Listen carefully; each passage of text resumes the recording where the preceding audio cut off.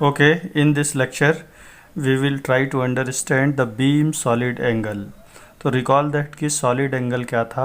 जब कोई area centre से स्फेयर के सेंटर से एंगल बनाए तो उसे हम क्या कहते हैं, सॉलिड एंगल कहते हैं। और यदि कोई आर्क सर्कल के सेंटर से एंगल बनाए तो उसे कौन सा एंगल कहते हैं, प्लेन एंगल कहते हैं। तो हमें यहाँ पे क्या पढ़ना है, बीम का सॉलिड एंगल पढ़ना है, बीम का सॉलिड एंगल। सपोज दैट यहाँ पे एक एंटीना है and it is producing such kind of radiation pattern.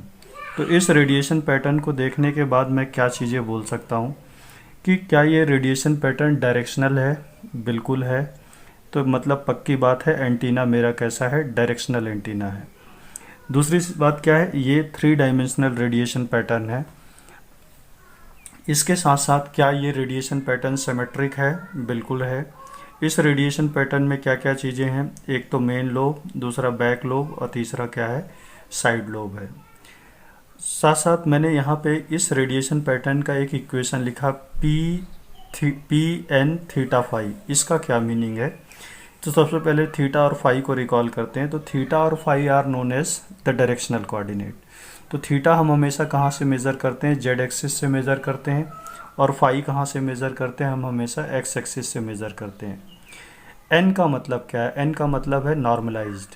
मतलब ये बात पक्की है कि ये जो रेडिएशन पैटर्न है नॉर्मलाइज्ड पावर पैटर्न है। तो नॉर्मलाइज पावर पैटर्न है, मतलब इसकी मैक्सिमम वैल्यू कितनी हो सकती है, 1 हो सकती है। चलिए ठीक है, सपोज दैट इस एंटीना ने पी अमाउंट का पावर क्या किया, प्रोड्यूस किया। तो अब मुझे क्या निकालना है, क्या ये बीम सेंटर से कुछ एंगल बना रही है, बिल्कुल बना रही है। स्फेयर के सेंटर से एंगल बना रही है। मुझे इस बीम का क्या निकालना है, सॉलिड एंगल निकालना है। तो अब मेरा सवाल यह है कि क्या डायरेक्टली निकाल सकते हैं solid angle, answer is no. तो इसके मैंने क्या किया, मैंने एक फिक्टिशियस रेडिएशन पैटर्न कंसीडर किया। ये भी कैसा है, 3 डायमेंशनल रेडिएशन पैटर्न है। क्या ये इससे मिलता जुलता है, बिल्कुल मिलता जुलता है। क्या ये एरिया सेंटर से कुछ एंगल बना रहा है, बिल्कुल बना रहा है, और इसी एंगल को हम क्या बोलते हैं, सॉलिड एंगल बोलते हैं। अच्छा, दूसरी बात इसमें देखें कि ये भी पी अमाउंट का पावर क्या कर रहा है, प्रोड्यूस कर रहा है, और ये भी पी अमाउंट का पावर क्या कर रहा था, प्रोड्यूस कर रहा था। ये फिक्टिशियस है, ये रियल वाला है। तो देखिए कि इस तरीके का एक 3 डायमेंशनल रेडिएशन पैटर्न मैंने कंसीडर किया। क्यों, क्योंकि मेरा इंटरेस्ट क्या है, मेरा इंटरेस्ट ये है इस वाली बीम का क्या निकालना है, सॉलिड एंगल निकालना है। तो अब मैं इसका 2 डायमेंशनल रेडिएशन पैटर्न बनाता हूँ। ये एक्स एक्सिस, ये वाई एक्सिस, ये और जेड एक्सिस। मैं एक्स एक्सिस से यदि इस रेडिएशन पैटर्न को देखूंगा तो ये रेडिएशन पैटर्न ऐसा दिखेगा। इसमें देखिए मेन लोब है, बैक लोब है, साइड लोब है। अच्छा, यदि मैं इसको एक्स एक्सिस से देखूंगा तो ये कैसा दिखेगा, एक ट्रायंगल टाइप में दिखेगा। ये भी 2 डायमेंशनल रेडिएशन पैटर्न है। यदि मैं एक्स एक्सिस से देखूंगा तो कौन सा प्लेन दिखेगा, वाई जेड प्लेन दिखेगा मुझे। चलिए, ये दोनों स्टेप्स मेरे ख्याल से समझ में आए होंगे। अब मुझे क्या निकालना है, सॉलिड एंगल। अच्छा, याद करिए सॉलिड एंगल जब हम निकालते थे तो integration of sine theta d phi कुछ ऐसा करते थे। मतलब बात क्या समझ में आई कि जब भी मैं सॉलिड एंगल यूज़ करूँगा तो मुझे इंटीग्रेशन क्या करना, इंटीग्रेशन अप्लाई करना पड़ेगा। ये भी बात समझ में आ गई। चलिए, इन दोनों को आपस में मल्टीप्लाई करिए। इन दोनों को आपस में क्या किया, मैंने मल्टीप्लाई किया। यदि मैंने इन दोनों को मल्टीप्लाई किया है तो इनके इक्वेशंस भी क्या होंगे, आपस में मल्टीप्लाई होंगे। तो देखिए ये पी एन थीटा फाई और डी ओम दोनों को आपस में मल्टीप्लाई किया, यही मल्टीप्लाई किया है, बिल्कुल ये मल्टीप्लाई किया है, इसलिए इनके इक्वेशंस को भी मल्टीप्लाई किया है। अच्छा, फिर जब सॉलिड एंगल निकालते हैं तो इंटीग्रेशन यूज़ करना पड़ेगा। और इंटीग्रेशन यूज़ करने का मतलब क्या है, किसी भी चीज़ का क्या निकालना, एरिया निकालना। प्रोसेस क्या समझ में आई कि पहले तो इसका radiation pattern P N theta phi, और दूसरा इसका ओम डी ओम जो भी है, दोनों को आपस में मल्टीप्लाई करिए। मल्टीप्लाई किया तो कुछ एरिया मिलेगा यहाँ पे। उस एरिया को कैलकुलेट कैसे कर सकते हैं, with the help of integration. तो ये जो एरिया मिलेगा, that area is known as beam area. इसको क्या बोलते हैं, बीम का एरिया या कि बीम का सॉलिड एंगल बोलते हैं। तो क्या बात समझ में आई कि with the help of solid angle we can calculate the beam solid angle. Solid angle हमने इसी बात के लिए पढ़ा है क्योंकि मुझे इस बीम का एरिया निकालना है। तो इस प्रोसेस से मैं बीम का एरिया निकाल सकता हूँ। जो भी प्रोसेस आप ग्राफिकली यहाँ पे कर रहे हैं उसको मैथमेटिकली यहाँ पे आपने परफॉर्म कर दिया। अच्छा चलिए और थोड़ा अच्छे से समझते हैं। तो आप इस रेडिएशन पैटर्न को देखिए। इस रेडिएशन पैटर्न में क्या क्या चीज़ें हैं। क्या ये मेन लोब है रेड वाला, ये साइड लोब है और ये बैक लोब है, कोई दिक्कत नहीं है। क्या मेन लोब सेंटर से एंगल बना रहा है, ये वाला मेन लोब सेंटर से एंगल बना रहा है, बिल्कुल बना रहा है। तो क्या सॉलिड एंगल कैलकुलेट कर सकते हैं। लेकिन ये सॉलिड एंगल किसका होगा, सोच के देखिए। ये सॉलिड एंगल किसका होगा, मेन लोब का सॉलिड एंगल होगा।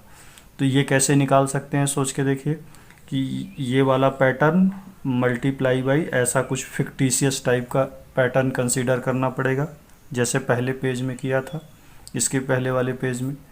अच्छा एंगल कितना यहाँ से यहाँ तक का, θ1। चलिए कोई, तो यहाँ पे मैंने लिखा ओम एम, मतलब इसका मतलब है कि सॉलिड एंगल किसका, मेन लोब का। थीटा कहाँ से कहाँ वेरी करूँगा, जीरो से लेके θ1 तक, जीरो से लेके θ1 तक। फाई कितना वेरी करूँगा, जीरो से लेके 2 पाई तक।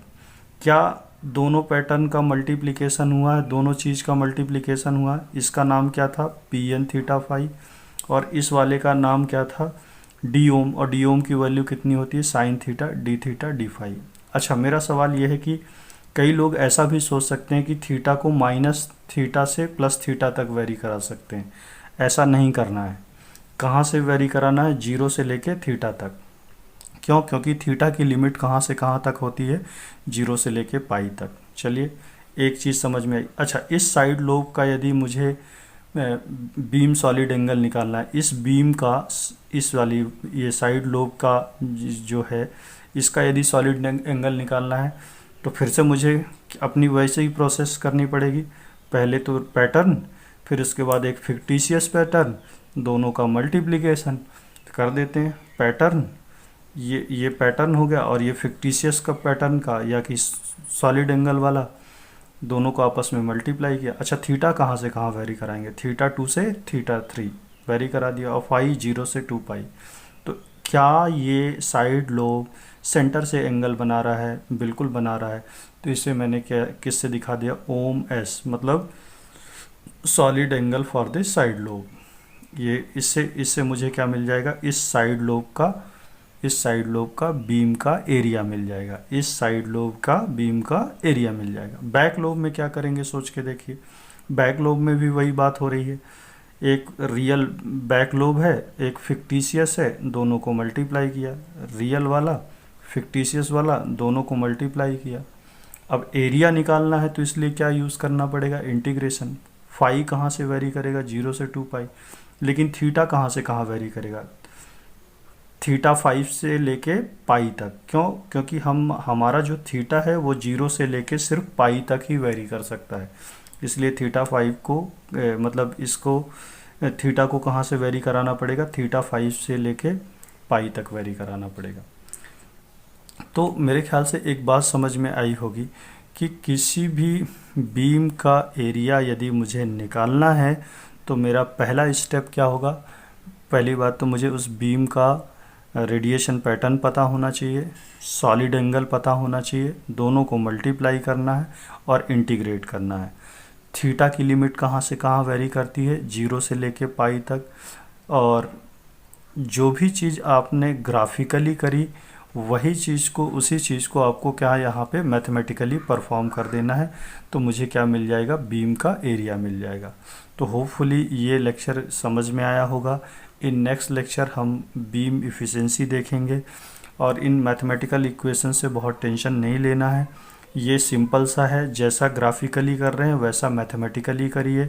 रिकॉल फिर से एक बार थोड़ा सा रिकॉल कर लीजिए कि क्या था, एक रेडिएशन पैटर्न था, उसका 2 डायमेंशनल पैटर्न बनाया। एक फिक्टिशियस रेडिएशन पैटर्न कंसीडर किया, उसका 2 डायमेंशनल बनाया, दोनों को मल्टीप्लाई किया। चलिए दोनों को मल्टीप्लाई किया तो इसका इक्वेशन क्या था, pn थीटा, इसका इक्वेशन क्या था, डी ओम।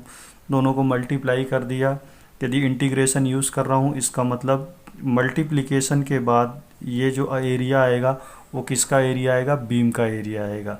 हालांकि ये अप्रॉक्सीमेट एरिया होता है, बिल्कुल एक्चुअल नहीं होता है। और यही चीज़ मैंने साइड लोब के लिए, बैक लोब के लिए और मेन लोब के लिए, तीनों के लिए मैंने यही कंसेप्ट अप्लाई किया है। क्या ये तीनों लोब सेंटर से एंगल बना रहे हैं? बिल्कुल बना रहे हैं। ये तो फिर मैंने एक फिक्टिशियस टाइप का एक रेडिएशन पैटर्न कंसीडर किया, मल्टीप्लाई किया और इंटीग्रेट कर दिया।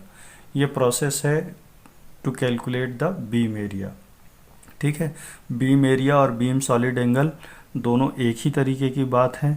आप इसी तरीके से एक रेडिएशन पैटर्न कोई भी बनाइए, उसमें बहुत मतलब एक मेन लोब लीजिए, एक और साइड लोब लीजिए, दूसरा तीसरा चौथा साइड लोब लीजिए और ये पांचवा बैक लोब लीजिए। उसके लिए इक्वेशन लिखिए, प्रैक्टिस करिए।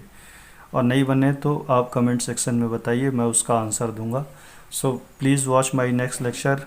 और इन नेक्स्ट लेक्चर में मैं बीम एफिशिएंसी, स्ट्रे फैक्टर बताऊंगा और बीम एरिया कैसे कैलकुलेट करते हैं, कुछ न्यूमेरिकल प्रॉब्लम्स भी बताऊंगा। Thank you very much.